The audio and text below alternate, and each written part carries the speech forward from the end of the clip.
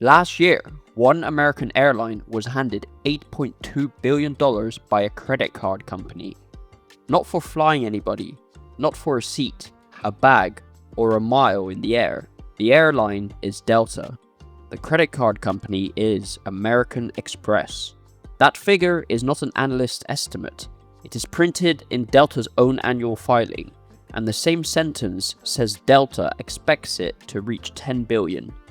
In that same year, Delta's profit was $5 billion.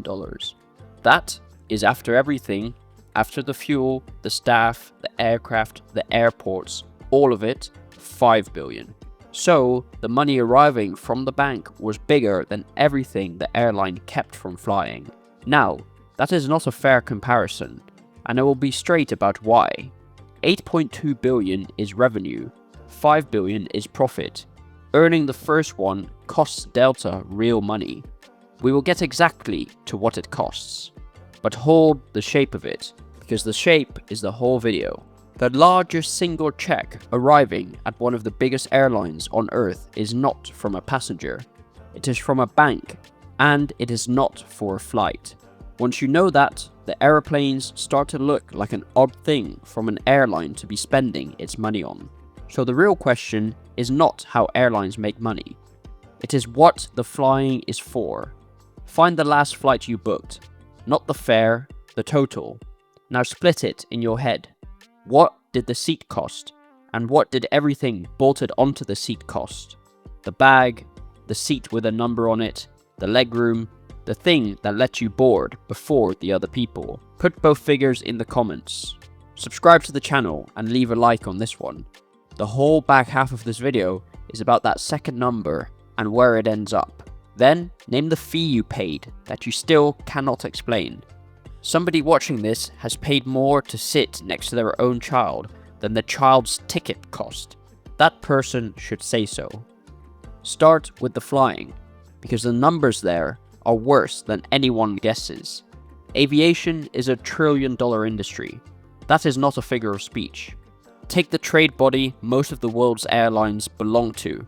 It puts total industry revenue this year at $1.165 trillion. 5.1 billion people will get on a plane, and of that trillion, the industry expects to keep about 23 billion, 2%.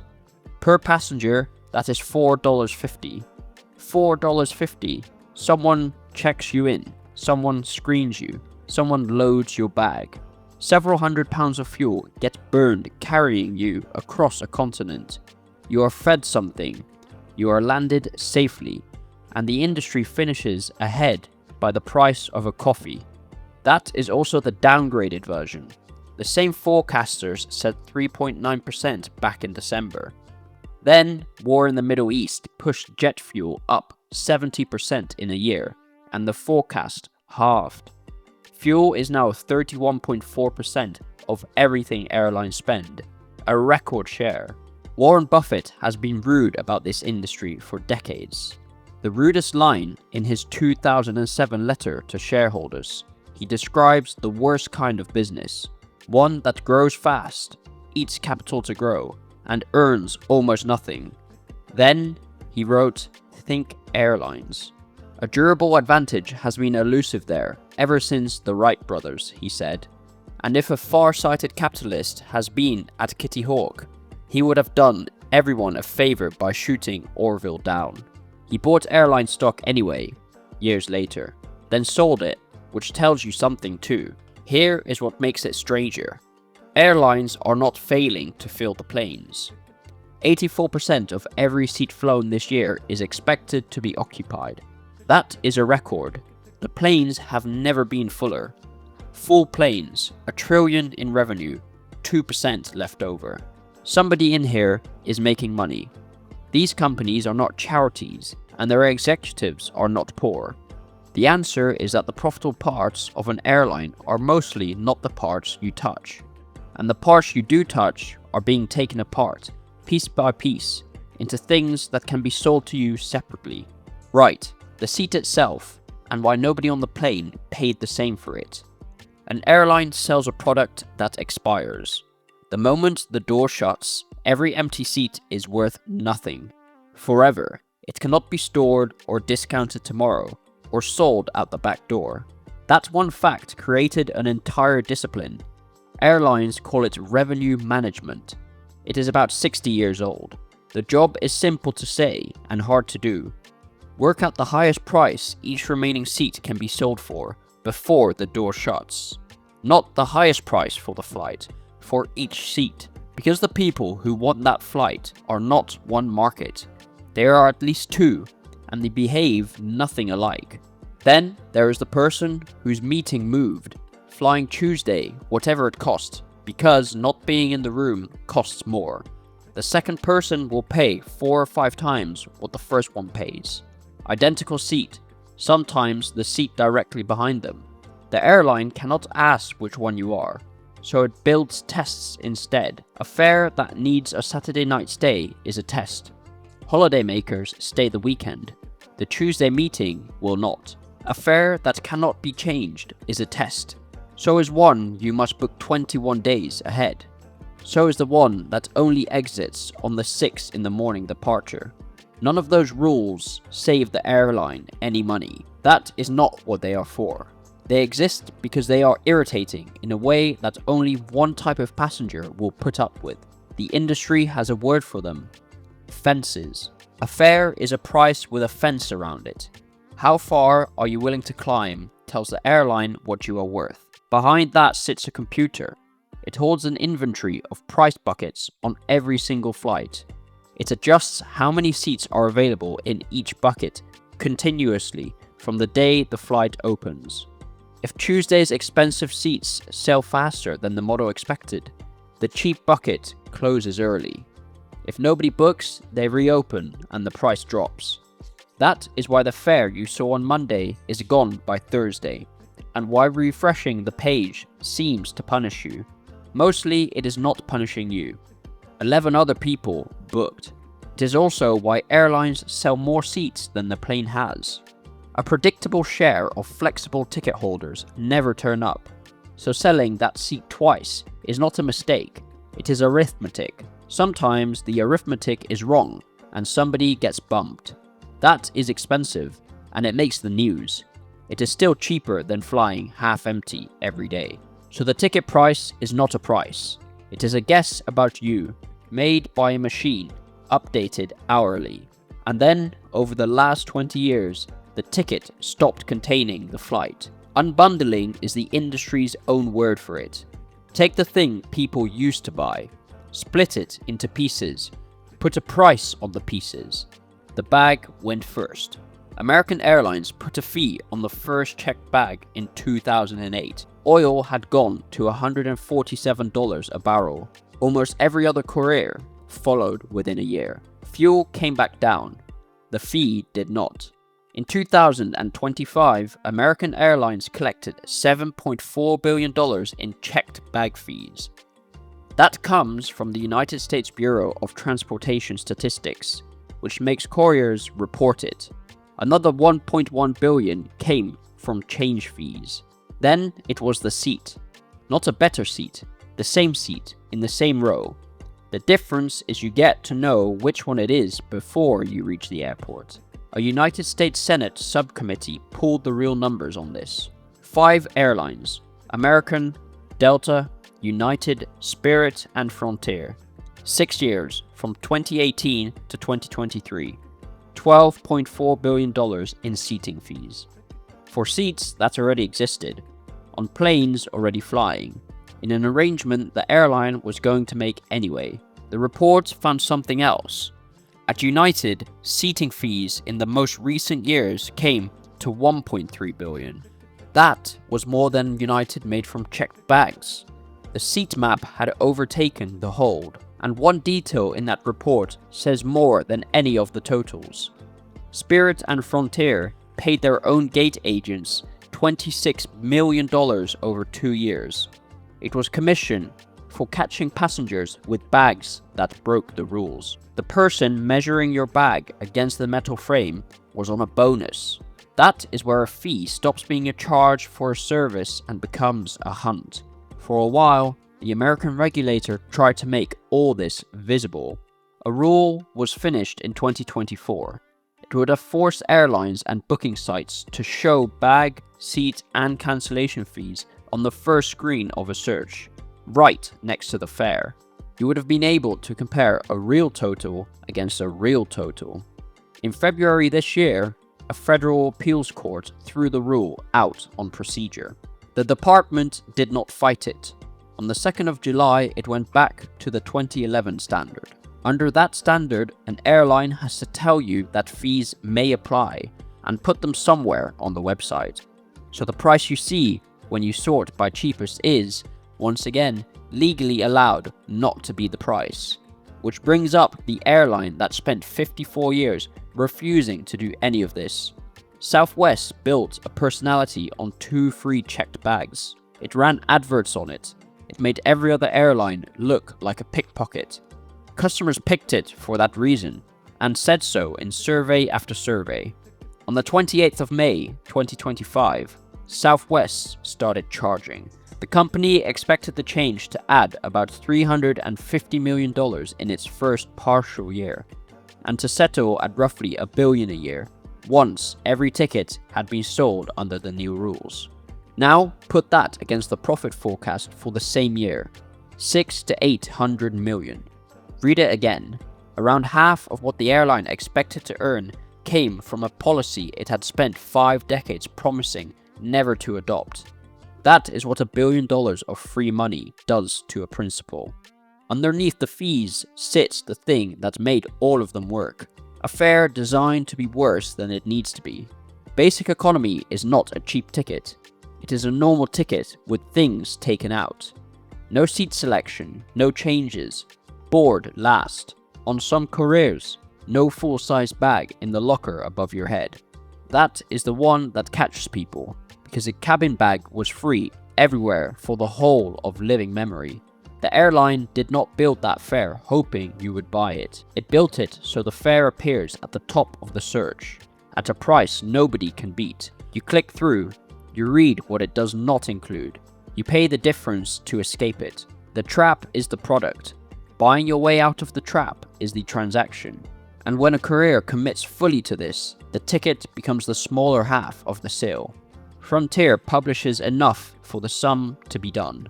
Across 2025, the average Frontier passenger paid $44.60 in fare and $67.57 in fees. More in extras than in ticket. About $1.50 of bolt-ons for every dollar of flight. The year before, the fees were 62% of everything Frontier earned. At that point, it is not an airline selling flights with fees attached. It is a company selling fees, and the flight is what gets you into the checkout where they live. Which sounds like the end of the story. It is not. The biggest business inside a large airline is not the fare. It is not the bag either. It is the miles. An airline mile is invented. Not earned, not backed by anything, not bought in from a supplier.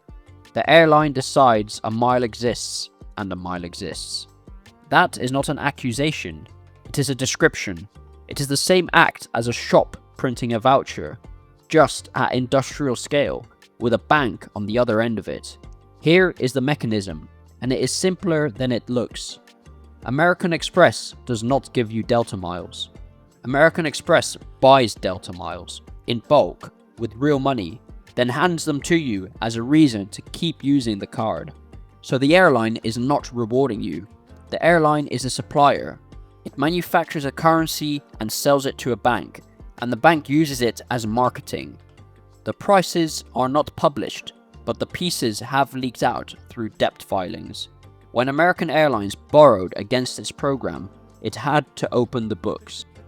The figures put its cost of a mile at about 0.74 cents, and put the price it charges a partner at something like 1.4 to 1.5 cents, roughly double, on a product with no factory, no raw material, and nothing to ship. The airlines also disclosed the margins on those programs during the pandemic. Around 53% at American, 44% at United, 39% at Delta.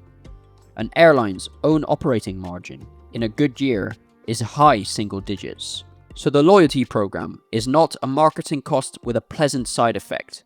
It is the most profitable thing in the building, and it is not close. It is also enormous. Ancillary revenue worldwide came to about $157 billion last year. That is fees plus the mile selling business together. This year, it is forecast at $165 billion, 15.7% of all airline revenue. A decade ago, it was 9.1%, and this year, for the first time since 2019, fees and miles will bring in more than air cargo does. An industry built to move things through the sky now earns more from selling seat assignments and points.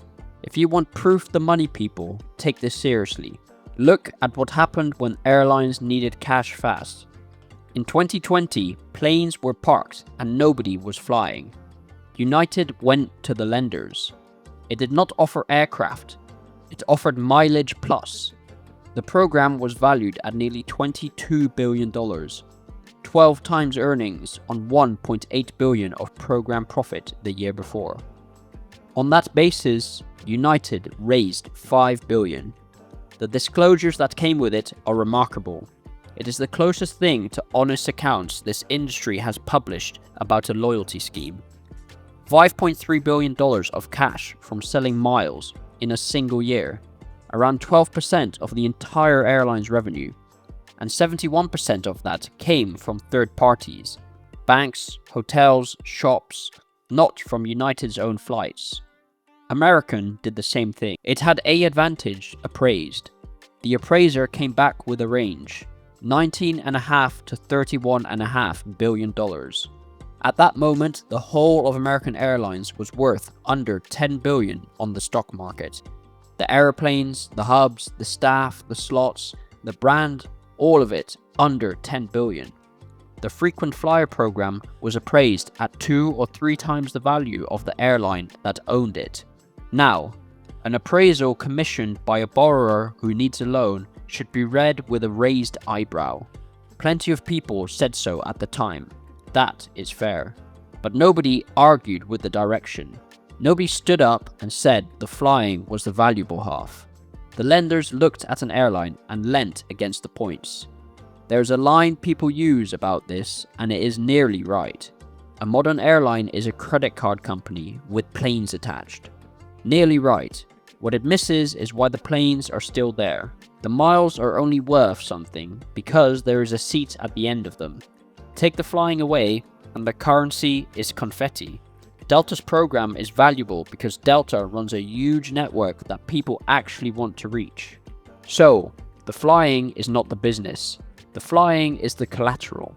It is what makes an invented currency redeemable, which is what makes it sellable. That is a strange job for a fleet of aircraft, and it changes what the aircraft gets built into. Look at the front of the plane. For the whole history of commercial aviation, economy was the business. The front was the garnish, profitable per seat, certainly, but small. That has now flipped, and there is a date on it. In the last 3 months of 2025, Delta earned $5.7 billion from premium seats. From the cabin, it earned $5.62 billion. First time in the company's history that the front of the plane out-earned the back. Across the full year, the main cabin was still ahead, $23.4 billion against $22.1. But watch which way each one is moving. Premium up 7%, main cabin down 5%. The economy cabin at one of the world's biggest airlines is shrinking as a business. The seats in front of it are growing. That is why every seat map now has more rows with a name on them. First, business, premium select, comfort, extra legroom, preferred. The aircraft is being re-sliced, and each slice is a price point rather than a class of travel. Delta now says it's diversified revenue in 60% of the company. Diversified means premium seats, loyalty, cargo, maintenance, everything that is not a plain main cabin ticket. 60%. The ordinary seat that most people picture when they picture an airline is the minority of the business. Underneath your feet, there is another business entirely. Every passenger aircraft flies with a hold.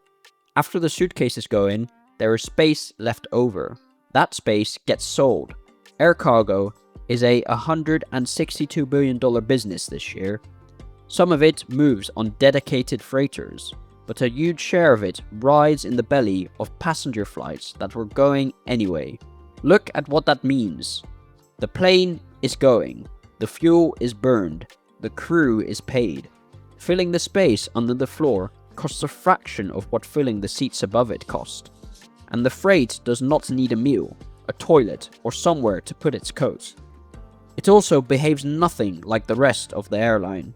When passengers vanished in 2020, cargo rates went through the roof. For a while, it was the only thing keeping some couriers alive. Airlines flew empty passenger jets purely to move the freight underneath. Delta's cargo revenue was up 9% last year. Nobody buys a ticket because of the hold. The hold does not mind. And there are the businesses that involve no flying at all. In 2012, Delta bought an oil refinery, an actual refinery, Trainer on the Delaware River outside Philadelphia. $180 million, plus another $100 million to retool it towards jet fuel. It runs 200,000 barrels a day. Between what it makes and what it trades away, it covers a large share of Delta's domestic fuel. The first full year, it lost $116 million. Everybody called it a vanity project. Then 2022 happened, and fuel prices went vertical. That year, the refinery produced $777 million of operating income, and it cut Delta's fuel bill by $785 million. An airline hedged against the fuel market by buying a piece of the fuel market. The same company sells aircraft maintenance to other airlines. That business grew 25% last year. Delta fixes other people's engines for money in hangars it needed anyway. This is the pattern the whole video keeps landing on. An airline is a pile of expensive assets. The profitable move is nearly always to sell the spare capacity of something you already had to buy. The hold under the floor, the maintenance hangar, the refinery, the empty seat, the customer list, and one asset that is purely a right to exist. At a congested airport, you cannot simply turn up and fly. You need a slot. A pair of them, really. One to take off, one to land.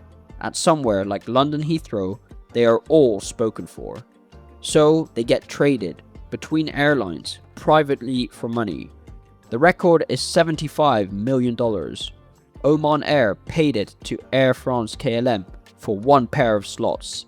$75 million for permission to use a runway at a particular time of day. No aircraft, no staff, no parts, a time of day. Early morning arrivals are the expensive ones. That is when the connecting flights leave, and when business travelers want to land. American Airlines has bought Heathrow slots from Scandinavian Airlines twice. United bought a pair from Air New Zealand for $47 million. So, on the balance sheet of a big international airline, some of the most valuable items are not things. They are permissions, and they are worth more per unit than the machines that use them.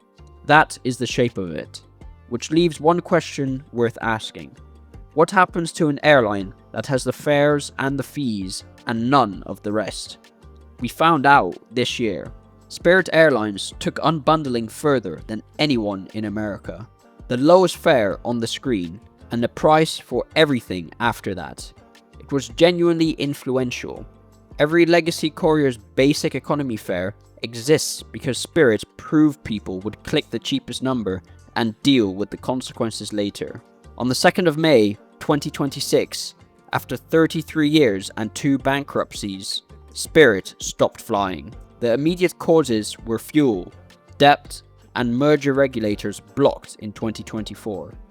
The deeper cause was that its idea won and stopped belonging to it. Once American and United and Delta all sold a stripped down fare, Spirit's advantage was gone. And when the fare war came, the big couriers had somewhere else to stand. A premium cabin filling up, a bank paying billions for miles, freight under the floor, slots, a maintenance business. Spirit had a cheap seat and a list of fees. That was the entire company. When the cheap seat stopped being special, there was nothing behind it. I could list all of it back to you now. The fences, the bags, the seat map, the miles, the front of the plane, the hold, the refinery, the slots. I'm not going to. The list is not the answer. One sentence is: an airline does not sell flights. It uses flights to manufacture things that other people will pay for. Everything else is detail. The seat is what makes a mile redeemable, so a bank will buy miles. The route is what makes a slot scarce, so another airline will buy the slot. The plane is going anyway, so the space under the floor is nearly free to sell. The hangar exists anyway, so the maintenance gets sold. The fuel has to be bought anyway, so you may as well own the refinery. In most of those sentences, the passenger is not the customer, which is how the 2% margin and the $8.2 billion check are both true at the same time. They are not in tension at all.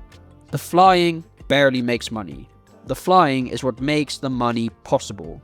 And $4.50 a passenger is not a sign that airlines are bad at business.